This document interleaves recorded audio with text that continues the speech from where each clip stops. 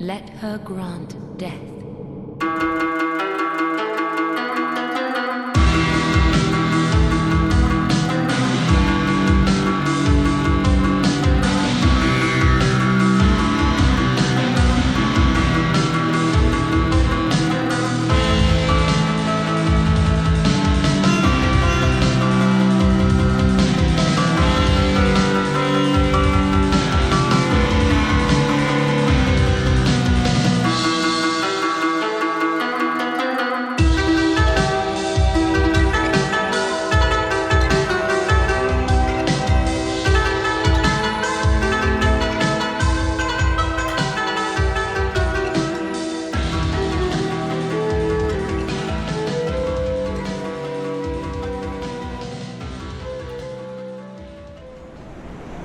And welcome back to How Not the Souls. This is Jron, and today we're looking at Strength and Intelligence build from Dark Souls 3.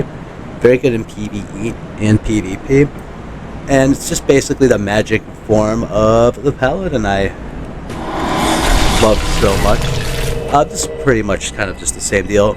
You buff your weapon with your flavor of damage. And then I also have these spells to kind of offset. The Fair and Flash Sword is probably the best one out of the group to offset people with, but you can put on projectiles or whatever you want.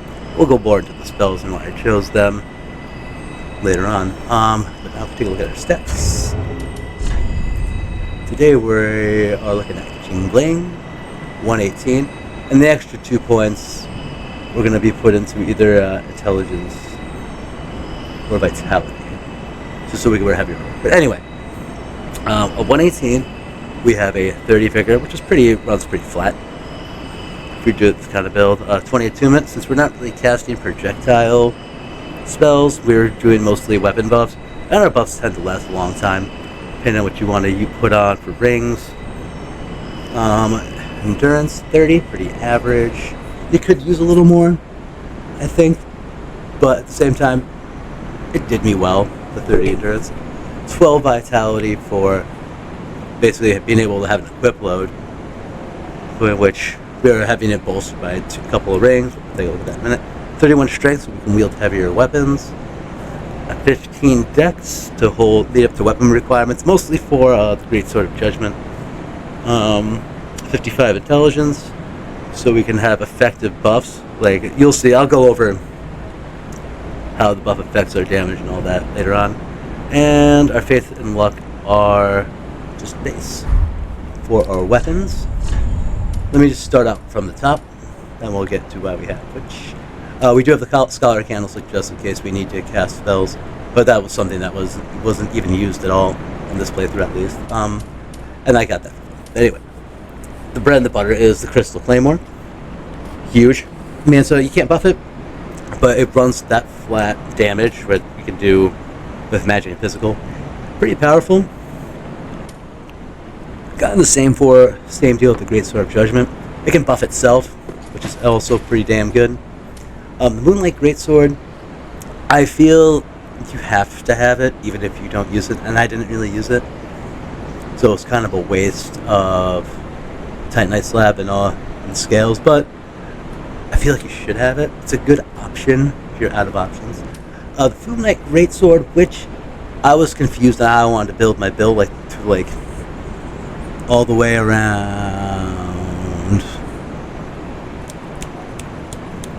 Archdragon Peak, sorry.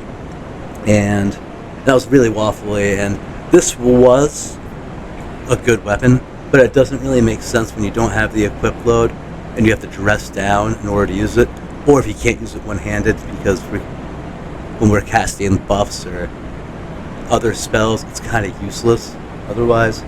The Lorien Greatsword for fire damage, and it was a pretty good option because we could easily wield it.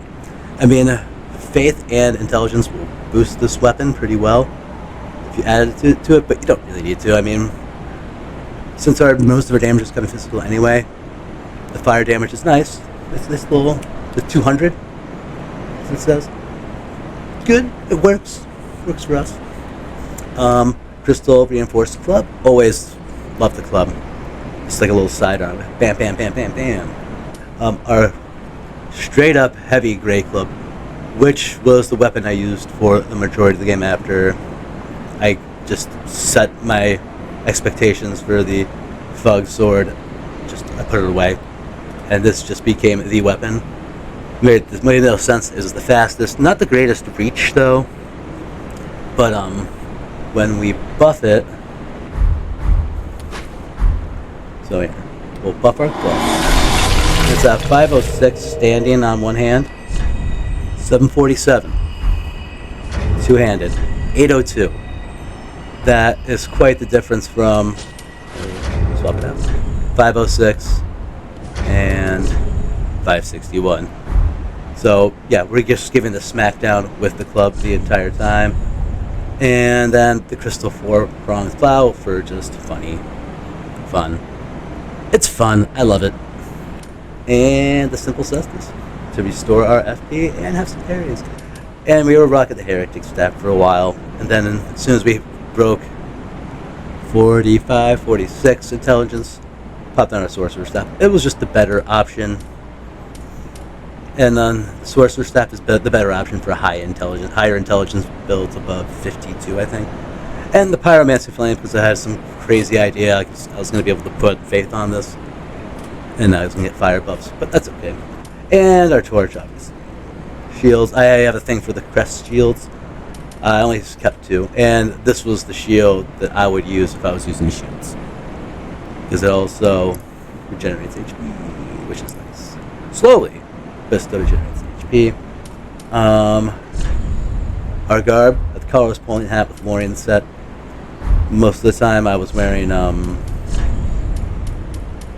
jailer robe, a combination of gloves and boots, but the hat was pretty much a mainstay once I got it.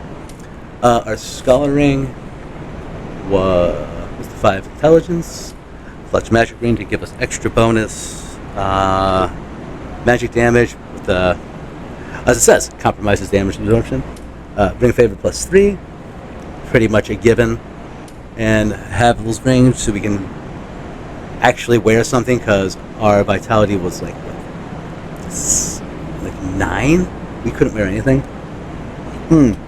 You could also switch that with the prisoner's chain. I voted against the prisoner's chain because I'm already taking extra damage from the magic ring, and I just didn't want to take all the extra damage. And your consumables will be your consumables. I would say, obviously, your Estus and your Ashen Estus flask, and then whatever extra stuff you wanted.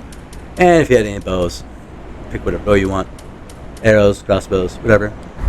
Those are the jam. For our miracles, obviously, sorry, you didn't have your drink. Crystal magic weapon for just crazy damage. Old Moonlight, which I thought would get more use, but it's just a better version of Soul Greatsword that looks really freaking cool. But then our Fair and Flash Sword, which actually was the secondary spell for this build. It works to offset people. Like if they expect you to swing your heavy ass club, and then they just get, I guess you see it now, it doesn't seem so fast, but in combat, when people are making split decisions, it works out. But overall, a very, very good build. I liked it quite a bit. I wish I could do more with it. I might do a new game plus run with it for a little while.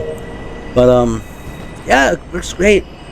I mean, with enemies that are resistant to magic, you can use your pine resins. It works out perfectly fine. I mean, I also had Lorian's Greatsword, which is the secondary damage. We can do fire damage on guys who are weak to fire. It was pretty good. A pretty good build. Not my favorite, but pretty good. So I hope you enjoyed the PvE and PvP footage, and have a great day. Peace out.